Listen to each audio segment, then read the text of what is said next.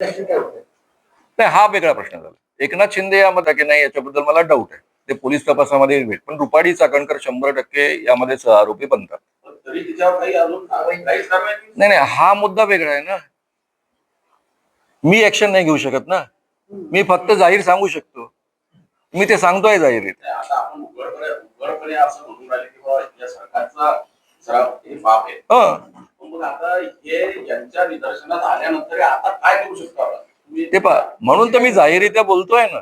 मी परवापासून बोलायला, परवा भाषण पहिलं बोललो मी, तेव्हापासून मी बोलायला सुरुवातच केली आहे ना, की रुपाली चाकणकर ह्या डायरेक्टली सहआरोपी बनतात.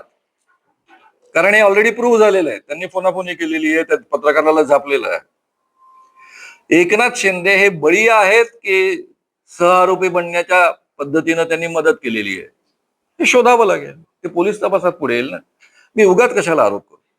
एकनाथ शिंदे समजा अंधश्रद्धा आहे म्हणून मी त्यांच्या नुसता आरोप करायचा, हे योग्य नाही ना.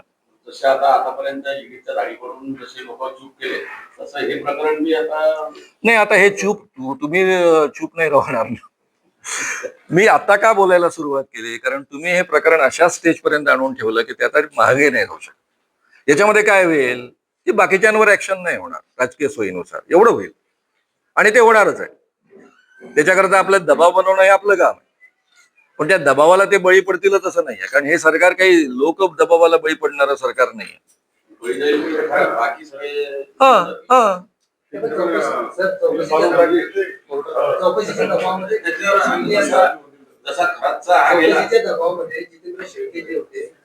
ते पुन्हा तिथे तोच डाऊट ना.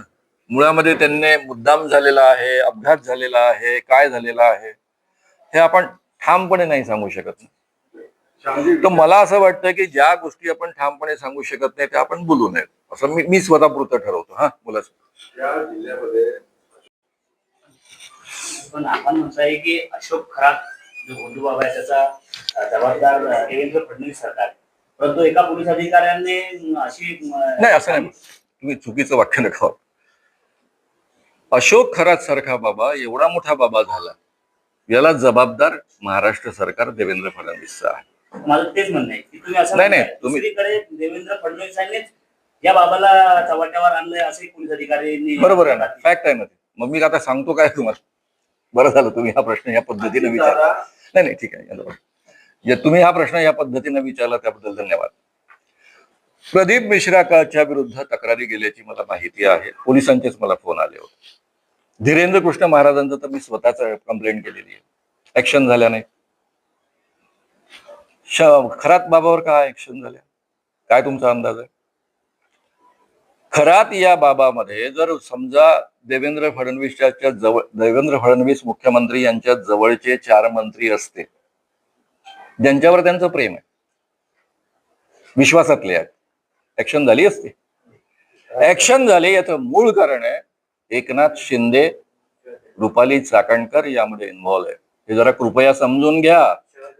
मी हे जाहीररित्या बोलतोय, कारण यापूर्वी या सरकारने ऍक्शन घेतलेल्या नाहीत आणि आता घेतल्या. म्हणजे खरातवर ऍक्शन घेतली चूक झाली असं माझं मुळीच म्हणणं नाही, ती व्हायलाच पाहिजे. म्हणजे याचा अर्थ असा की अंजली दमानियाने जे सीडीआर बॉम्ब फोडलाय ते देवेंद्र फडणवीसांच्या म्हणण्यानुसार बोललाय. त्यांच्या संमतीशिवाय मिळू शकतो का? कोण्या पोलीस अधिकाऱ्याची हिंमत आहे द्यायची? तुम्हाला काय गंमत वाटते काय? पोलीस अधिकाऱ्यांना कळत नाही का हा कायद्याने गुन्हा आहे म्हणून? आपसात मारामाऱ्या लावतो, भांडणं करतो, चमत्कारांचे दावे करतो, त्याला घेऊन तुम्ही हिंडता. म्हणजे जेव्हापासून देवेंद्र फडणवीस यांचं सरकार महाराष्ट्रामध्ये आलेलं आहे तेव्हापासून त्यांनी महाराष्ट्रातल्या अंधश्रद्धा वाढवण्याचं काम केलेलं आहे. या अंधश्रद्धांना प्रतिष्ठा निर्माण करून दिलेली आहे आणि म्हणून खरात सारखे एवढे मोठे बाबा निर्माण झालेले आहे. हे माझं अतिशय जाहीर आणि स्पष्ट मत आहे. झालं, मला जे म्हणायचं होतं ते झालं.